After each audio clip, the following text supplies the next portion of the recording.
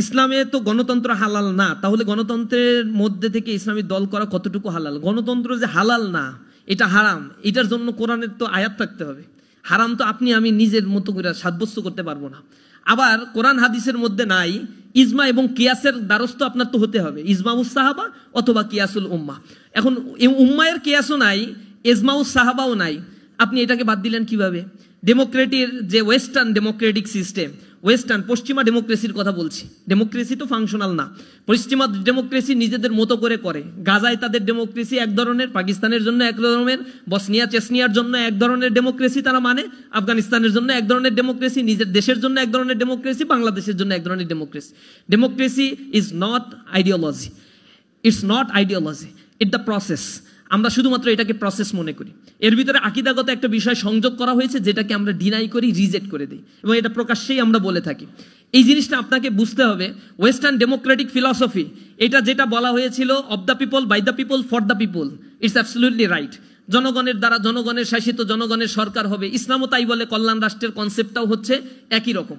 তাহলে এই ডেমোক্রেটির ফিলসফিটা কোথা থেকে আসছে? সেকেন্ড ওয়ার্ল্ড ওয়ারের পরে সারা পৃথিবীব্যাপী এক্সপ্যান্ড হয়েছে, কোল্ড ওয়ারের পরে। এটা কখন লার্জ হয়েছে? যখন 1945 সালে সেকেন্ড ওয়ার্ল্ড ওয়ার শেষ হয়ে গেল, পৃথিবী ইউনিপোলারাইজেশন হলো। ইউনিপোলারাইজেশনের মধ্য দিয়ে ব্রিটেন উডস সম্মেলন ডেকে সেখানে IMF তৈরি করলো, IDA তৈরি করলো, ওয়ার্ল্ড ব্যাংক তৈরি করলো। সেখানে এই যে ওয়াশিংটন ডিসিতে একটা বড় পাওয়ারকে কুক্ষিগত করে সারা পৃথিবীকে তারা তাদের অধীনস্থ করার জন্য চেষ্টা করলো, ডলার ছাপলো এবং ডলারের অধীনে ইকোনমিকে কুক্ষিগত করে ফেললো। ওয়ার্ল্ড ব্যাংকে তখন সোনার এগেইনস্টে ডলার ছাপার সিস্টেম বন্ধ করে দিল। সেখানে তারা কিছু ডিজিট আর কিছু মানিটারি পলিসি তারা গ্রহণ করলো। এই মানিটারি পলিসির আন্ডারে সারা পৃথিবীর ইকোনমিককে তারা নিজেদের অধীনে নিয়ে আসলো। সেকেন্ড ওয়ার্ল্ড ওয়ারে আমেরিকার একটা কন্ডিশন ছিল, পৃথিবীতে যত কলোনি আছে কলোনিগুলোকে ডিসেন্ট্রালাইজ করে দিতে হবে। কিন্তু আনফর্চুনেটলি এর মধ্যে ছিল শুভঙ্করের ফাঁকি।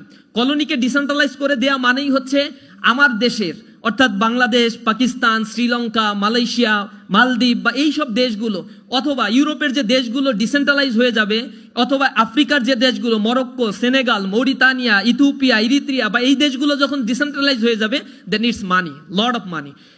তো মানি আসবে কোথা থেকে? ইউরোপ তো দ্বিতীয় বিশ্বযুদ্ধের পরে পঙ্গু হয়ে আসে।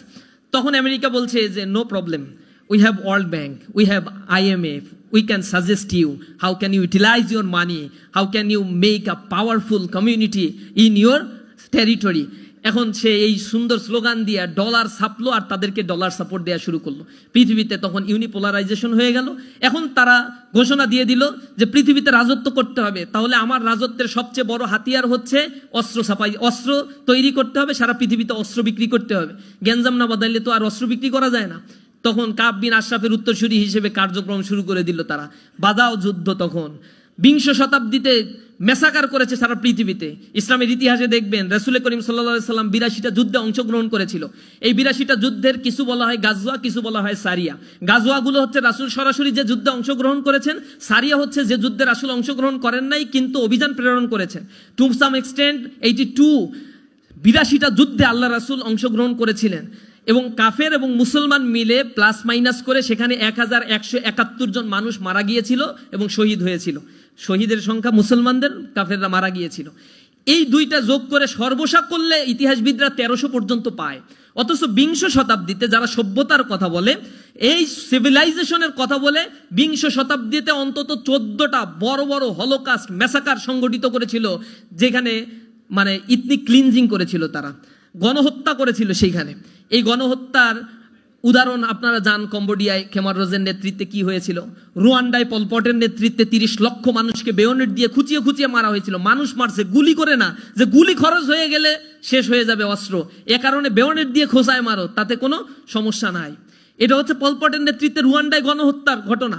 ইন্দোনেশিয়ার বার্লিতে গণহত্যা ঘটনা হয়েছিল, হলোকাস্ট হয়েছিল, first world war, second world war, cold war. এর মধ্য দিয়ে সারা পৃথিবীতে হত্যা যজ্ঞ করে কোটি কোটি বনি আদমকে পৃথিবী থেকে তারা বিদায় করেছিল। এরপরে ম্যানমেড ডিজাস্টার তো আসেই।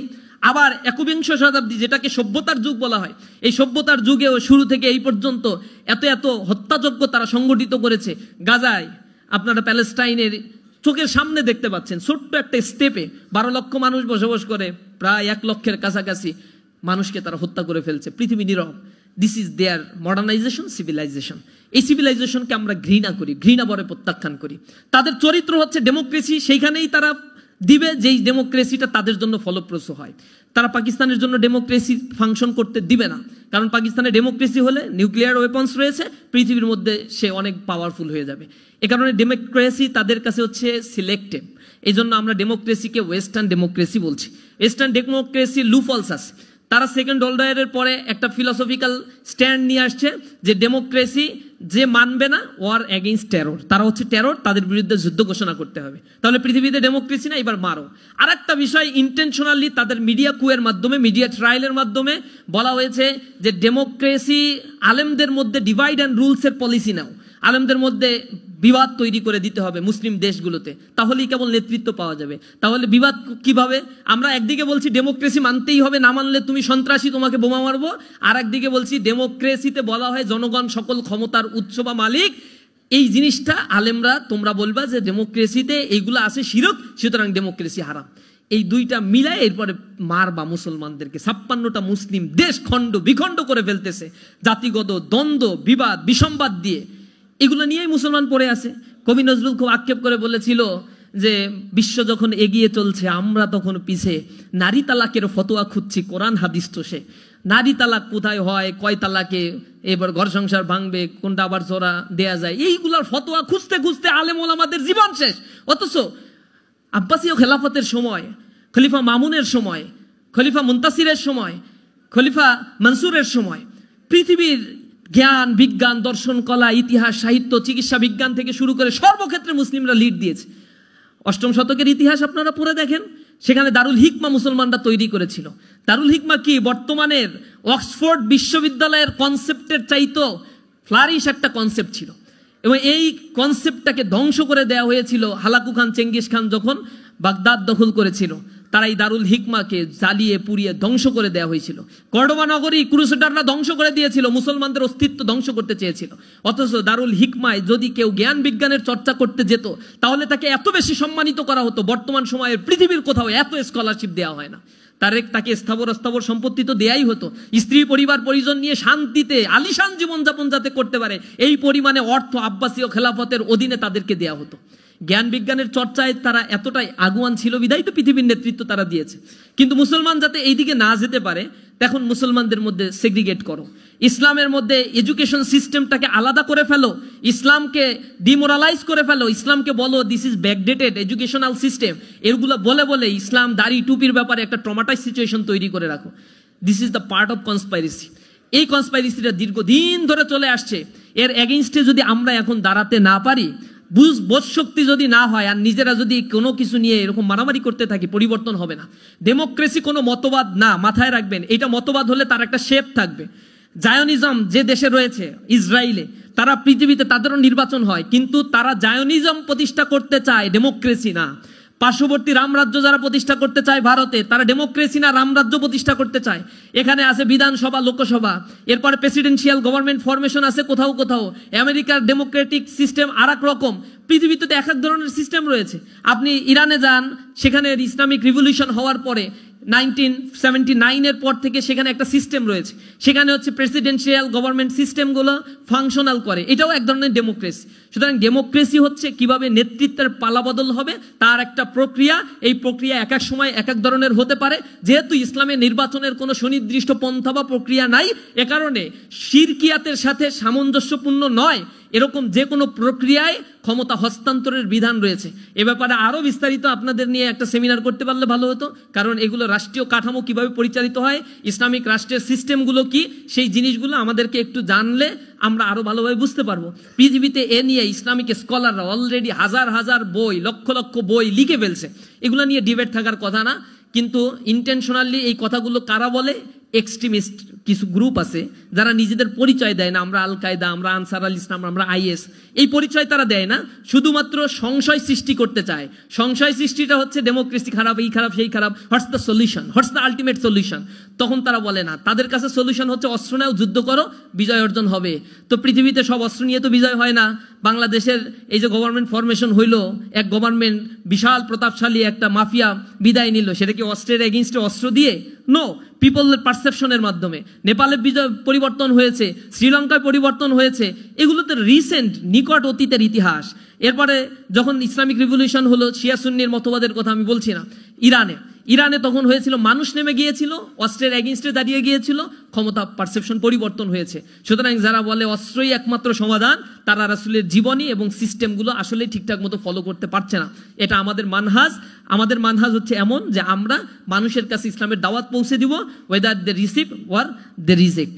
এটা হচ্ছে তারা রিসিভ করতে পারে, রিজেক্ট করতে পারে। অধিকাংশ মানুষ রিজেক্ট করলে আমরা নাই, অধিকাংশ মানুষ আমাদের আইডিওলজি অ্যাকসেপ্ট করলে অবশ্যই সেই জীবন বিধান সে মেনে চলবে। আপনি দেখেন মক্কায় রাসূল করিম সাল্লাল্লাহু আলাইহি সাল্লাম ইসলাম কায়েম করতে পারেন নাই কেন? মক্কায় তো আবু বকর রাদিয়াল্লাহু তাআলা আনহু ছিল, ওমর রাদিয়াল্লাহু তাআলা আনহু ছিল, ওসমান ছিল, আলী রাদিয়াল্লাহু তাআলা আনহু ছিল না? এরা তো পরিবর্তিত খলিফা হয়েছে। ওমর রাদিয়াল্লাহু তাআলা আনহুর সময় তো সারা পৃথিবীর অর্ধজাহান মুসলমানদের অধীনস্থ হয়েছে, এবং ওসমান রাদিয়াল্লাহু তাআলা আনহুর সময় তো বিশাল একটা খেলাফত মুসলমানরা শাসন করেছে। তাহলে এত প্রভাবশালী একজন ম্যানেজমেন্টের ক্যাপাসিটি সম্পন্ন শাসক কেন মক্কায় এক্সিস্ট থাকা সত্ত্বেও মক্কা থেকে আল্লাহ রাসূলকে পালিয়ে যেতে হলো? কেন সেখানে রিভোল্ট করলেন না? কেন সেখানে অস্ত্র ধরলেন না? এর মূল পারপাসটা, ফাংশনটা হচ্ছে সেখানে পিপলের পারসেপশনটা ইসলামের পক্ষে ছিল না, যার ফলে সাহাবাদেরকে হত্যা করা হয়েছিল। সুমাইয়া রাদিয়াল্লাহু তাআলা আনহা দাস, তার সন্তান, তার স্বামী ইসলাম ধর্ম গ্রহণ করেছে, দাস শ্রেণী, তাদের কোনো মূল্য ছিল না সোসাইটিতে। তারা শুধুমাত্র বলেছে লা ইলাহা ইল্লাল্লাহ। এরপরে তাদেরকে বেঁধে রাখা হয়েছে, নির্যাতন করা হচ্ছে। রাসূল নির্যাতনের খবর শুনে তাদেরকে দেখতে গেল একদিন, দেখে দূর থেকে আল্লাহ রাসূল তাকিয়ে আছে আর দাড়ি মোবারক ভিজে যাচ্ছে, টপ টপ করে চোখের পানি পড়ছে। আল্লাহ রাসূল আর কোনো কথা বলতে পারছে না। একটা পর্যায়ে বিদায় নেওয়ার সময় আল্লাহ রাসূল বলছে, ইসবির ইয়া আহলে সুমাইয়া ইন্নাল্লাহা মাআনা, হে সুমাইয়ার পরিবার ধৈর্য ধারণ করো, আল্লাহ তোমাদের সাথে আছেন।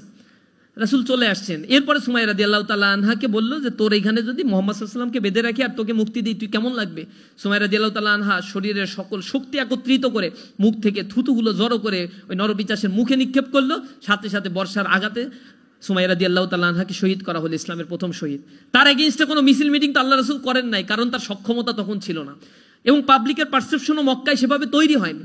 সুতরাং কাফেরদের বিরুদ্ধে জিহাদের ডাক, অস্ত্র নিয়ে নেমে পড়া, এগুলোর কোনো অনুমোদনই ছিল না। রাসূলের সিস্টেমটা ছিল হচ্ছে ক্রোনোলজিক্যালি প্রপোর্শনেট রেটে আল্লাহ রাসূল এগিয়েছেন। মদিনায় গিয়ে 6ষ্ঠ হিজরির পরে এরপরে রাসূল করিম সাল্লাল্লাহু আলাইহি সাল্লাম পারমিশন পেয়েছেন যুদ্ধ করার জন্য। যখন মদিনা রাষ্ট্র তৈরি হয়েছে, রাষ্ট্রের বিরুদ্ধে যুদ্ধ করবে, রাষ্ট্রের এগেইনস্টে গিয়ে পলিসি মেকিং করবে, কিন্তু আমি কার বিরুদ্ধে যুদ্ধ করব? যারা এই ডেমোক্রেসির কথা বলে তারা কোনো সলিউশন দেয় না। আলটিমেট তাদের কথাটা হচ্ছে অস্ত্র নিয়ে নামতে হবে। আমরা এই মানহাজে বিশ্বাস করি না। আমরা মনে করি দাওয়াতের মাধ্যমেই মানুষের কাছে গিয়ে ইসলামের কথাগুলো বলতে হবে, এবং তারা অ্যাকসেপ্ট করলে একটা পরিবর্তন হবে ইনশাআল্লাহ। একজন প্রশ্ন করছেন, অন্যান্য ছাত্র সংগঠনের সাথে ছাত্র শিবিরের সম্পর্ক কেমন? খুবই ভালো সম্পর্ক। সবাইকে আমরা দাওয়াত দেই সব প্রোগ্রামে। অনেকে আসে, অনেকে আসতে পারেন না পলিটিক্যাল কারণে, সবাইকে দাওয়াত দেওয়া হয়। ছাত্র শিবির সবাই তাদের হেদায়েত নিয়ে এত চিন্তিত কেন? সবাই তাদের হেদায়েত নিয়ে চিন্তিত কেন?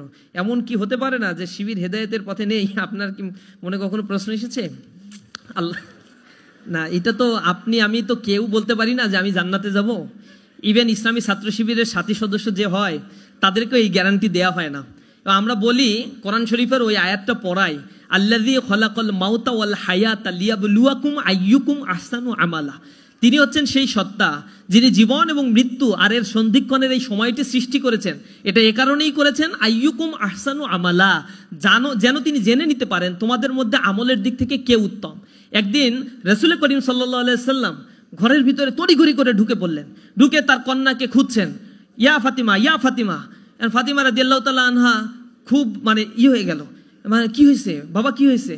আল্লাহ রাসূল তাকে বসাইলো, বসো বসো। এরপরে আল্লাহ রাসূল বলছেন, ইয়া ফাতিমা বিনতে মুহাম্মদ ইনকিজি নাফসাকি মিনান নার ফা ইন্নী লা আমলিকু লাকা যাররা ওয়ালা নাফা, ইয়া ফাতিমা বিনতে মুহাম্মদ। বলছে, মুহাম্মাদের কন্যা ফাতিমা, তুমি শোনো, নিজের আমলকে ঠিক করার চেষ্টা করো।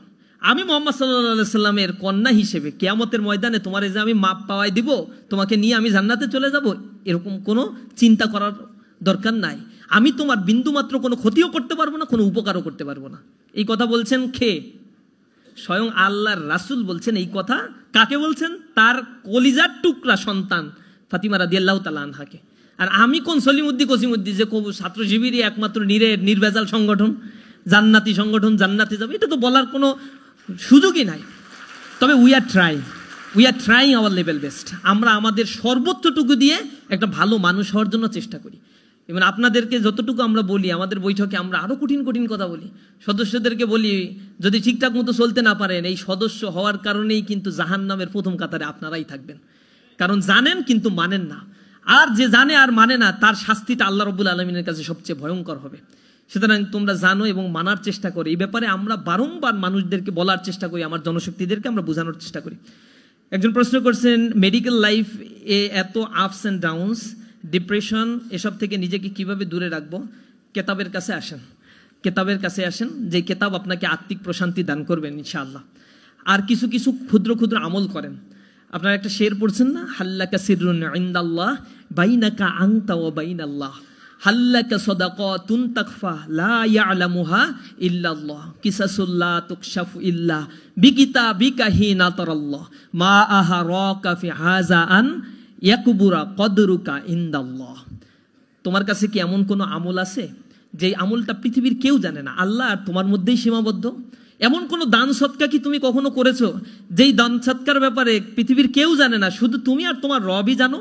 যদি এরকমটা হয়ে থাকে, এমন কোনো গোপন আমল যদি তুমি করে থাকো, তাহলে এই আমলটা তুমি সংরক্ষণ করে রাখো।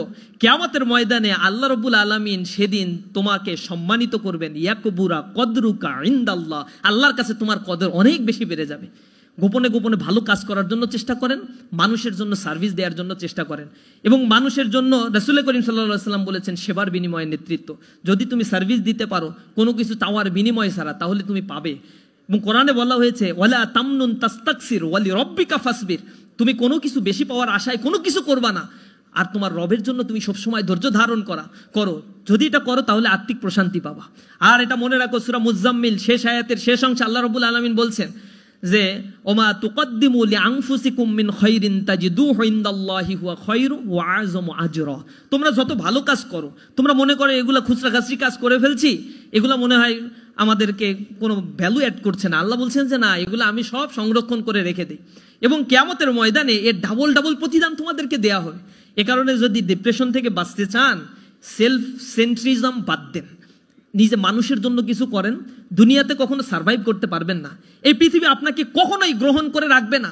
একজন মৃত মানুষ আর একজন জীবিত মানুষের মধ্যে তফাৎ হচ্ছে, ওর সময় শেষ, আপনার সময় এটা আসতে হাতে আসে। এবং আল্লাহ আপনাকে সৃষ্টি করে চাল্লে যে খলাক, তিনি আপনাকে সৃষ্টি করেছেন। এরপরে হচ্ছে আপনার কদর, ভাগ্যটাও আল্লাহ রাব্বুল আলামিন লিপিবদ্ধ করেছেন। খলাকাহু ফাকদ্দারাহু তাকদীরা, এক ন্যানো সেকেন্ড আল্লাহ দেরি করেন নাই, সাথে সাথে কতদিন বাঁচবেন, কতদিন কখন মারা যাবেন, কোথায় মারা যাবেন, সবকিছু ইন ডিটেইলস আপনার রিটেন করে দেয়া হয়েছে। সুতরাং দুনিয়ার জীবন হচ্ছে খুবই ক্ষণস্থায়ী। বাল তুসিরুনাল হায়াতাদ দুনিয়া, আল্লাহ বলছেন দুনিয়ার জিন্দেগি হচ্ছে খুবই সামান্য।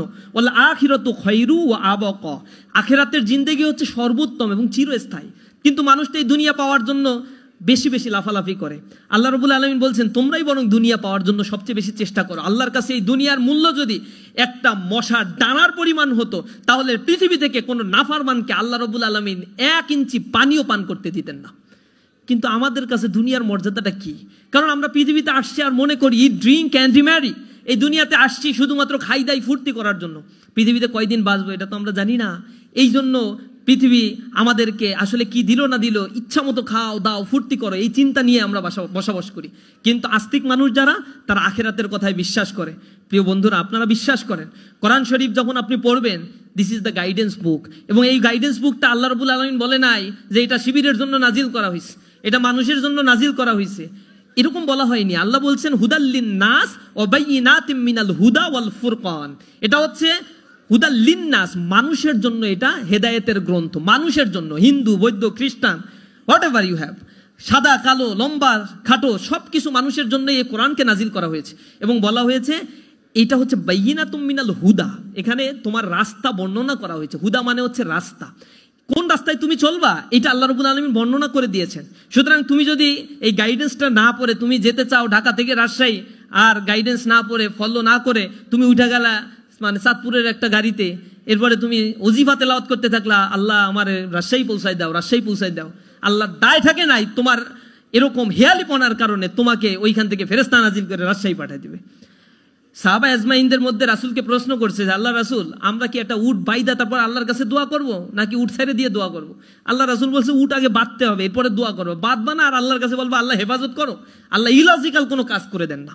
আল্লাহ রাব্বুল আলামিন রেশনাল এবং লজিক্যাল কাজ করেন। সুতরাং এই রেশনাল এবং লজিক্যাল জায়গাগুলোতে আমাদেরকে আরো বেশি লজিক্যাল হওয়া উচিত। কোরআন হচ্ছে আপনাদের জন্য একটা গাইডেন্স বুক, কিন্তু জীবনের শেষ মুহূর্তে এসে অনেক মানুষ আছে কোরআনের একটা আয়াতও ঠিক মতো পড়তে পারে না। এই গাইডেন্স বুকের মধ্যে ইন ডিটেইলস আপনার সবকিছু বলা হয়েছে। সূরা জারিয়া 15 নম্বর আয়াতের মধ্যে আল্লাহ রাব্বুল আলামিন বলছেন 18 নম্বর আয়াতে যে তোমাদের কাছে এমন একটি কিতাব আমি নাজিল করেছি যেখানে তোমাদের কথাই আছে। তোমাদের কথাই আছে এর মানে হচ্ছে আপনি আমি সবার কথাই কোরআন শরীফের মধ্যে আছে। তাহলে এখন খুঁজতে হবে আমার লাইফস্টাইল যেমন, আমার অবস্থান কোথায়। কোরআন শরীফে তো এটা স্পষ্টভাবে বলে দেওয়া হয়েছে, আমার ভাগ্যের কথা বলে দেওয়া হয়েছে। সুতরাং আমি আমার রাস্তাগুলোকে আইডেন্টিফাই করার জন্য কোরআনের কাছে যাব, আমাদের ধর্মকে আমরা মানার চেষ্টা করব। ধর্ম মানুষকে কখনোই নষ্ট হতে দেয় না, ধর্ম মানুষকে ইথিক্যাল মানুষ বানায়। একজন সায়েন্টিস্ট বলছিল যে ওই কুসংস্কারে বিশ্বাস করতো, গরুর দাঁত টাঙায় রাখছে। এখন আরেকজন বলছে যে বন্ধু তুই গরুর দাঁত টাঙায় রাখছিস কেন?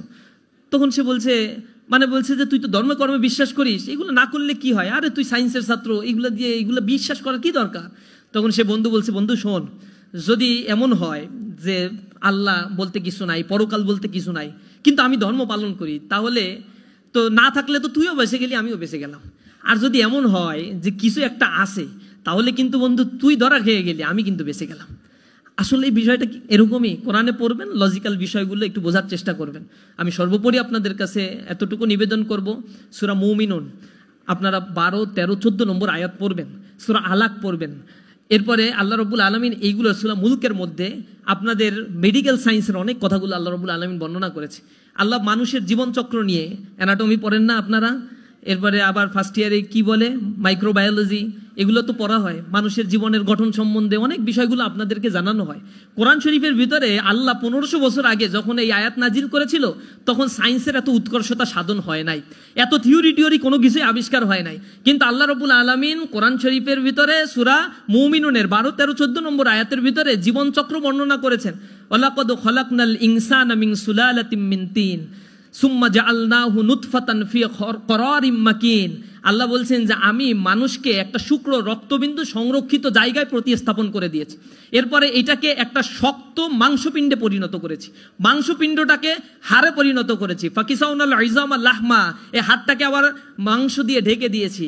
এরপরে তাকে আমি আকৃতি দিয়েছি। সুম্মা আনশানাহু খালকান আখর ফাতাবারাকাল্লাহু আহসানুল খালিকিন। এত চমৎকার ভাবে আমি সুষমা মণ্ডিত করে যে দেহকে পরিগঠন করে দিলাম, তুমি এইটার দিকে একটু তাকাও, তাহলেই তুমি বুঝতে পারবা। তুমি একটা শস্য দানার দিকে তাকাও। মারুফ আর রুসাফি আল্লাহ নামক একটা কবিতা লিখে তিনি বলেছিলেন, উনজুর লিতিলকা শাজারাতি জাতাল গুসুনিন নাজরাত। তুমি একটা বৃক্ষের দিকে তাকাও, কিভাবে এটা একটা শস্য থেকে পরিপুষ্ট একটা বৃক্ষে পরিণত হলো। কাইফা নামাত মিন হাব্বাত ও কাইফা সরাত শাজারাত, কিভাবে সে তার ডালপালাকে বিস্তৃত করলো, কিভাবে একটা কাণ্ডে পরিণত হয়ে গেল। তুমি এইটাকে একটু এদিকে একটু তাকাও। এরপরে তিনি বলছেন এটা আল্লাহ ছাড়া তো আর কেউ কিছু করে না। তুমি একটা বীজ বপন করে তো তুমি হাওয়া, তোমার কোনো খোঁজ নাই, কিন্তু এটাতে পত্র পল্লবে সুশোভিত করে দেন যে রব, তিনি হচ্ছেন জালিকুমুল্লাহু রব্বুকুম লা ইলাহা ইল্লা হুয়া ফা'বুদু। এই হচ্ছে তোমার রব, তিনি ছাড়া আর কোনো মালিক নাই, তার ইবাদত তুমি করো। আমরা আশা করি যদি আপনারা আপনাদের রবকে চিনতে পারেন, মেডিকেল লাইফে আসছেন, চোখের সামনে আল্লাহর অনবদ্য সৃষ্টি নিয়ে আপনারা কাজ করবেন। এবং মেডিকেল সায়েন্সের স্টুডেন্টদেরকে আমরা দেখেছি আল্লাহ রাব্বুল আলামিনের প্রতি তাদের আস্থা বিশ্বাস অনেক বেশি জন্মে। সুতরাং টাকা তৈরির মেশিন না হয়ে সমাজে সার্ভিস দেওয়ার জন্য একটা মানসিকতা তৈরি করেন। এই সোসাইটির প্রতি আপনার লায়াবিলিটি রয়েছে, দায়বদ্ধতা রয়েছে। মানুষ আপনাদের ট্যাক্সের টাকা দেয়, সেই ট্যাক্সের টাকা দিয়ে আপনাদের দেয় না, সরকারকে দেয়। সরকার এগুলো ডিসেন্ট্রালাইজ করে এই কলেজগুলো পরিচালনা করে। বা আপনাদের ওয়ার্কিং মানে আপনারা কাজ করবেন, চাকরি করবেন, সেখানে আপনাদের বেতন হবে। সুতরাং প্রতিটা মানুষের প্রতি দায়বদ্ধতা থেকে আমরা আমাদের জীবনকে যেন গড়ে তুলতে পারি। আপনাদের একটি চমৎকার জীবনের এই যাত্রাপথে ইসলামী ছাত্র শিবির আপনাদের জন্য প্রাণ ঢালা দোয়া করে, অভিনন্দন জানায়। আমরা সবাই মিলে একটি সমৃদ্ধের বাংলাদেশ গড়ে তুলব। এই দেশটাকে পৃথিবীর সামনে মাথা উঁচু করে দাঁড়াতে গেলে এ দেশের যুব শ্রেণীকে, যুব শক্তিকে গড়ে উঠতে হবে, সুসংগঠিত হতে হবে। এবং আমরা পারবো ইনশাআল্লাহ। আমরা এই বাংলাদেশের চিত্র পরিবর্তন করে সারা পৃথিবীর দরবারে এটাকে উচ্চ মর্যাদা সম্পন্ন মানবিক একটি দেশ হিসেবে গড়ে তোলার আহ্বান জানিয়ে আমার কথা শেষ করছি। হাযা মা ইনদি ওয়া ইলমু ইনদাল্লাহ আলাইহি তাওয়াক্কালতু ওয়া ইলাইহি উনীব। আসসালামু আলাইকুম ওয়া রাহমাতুল্লাহ।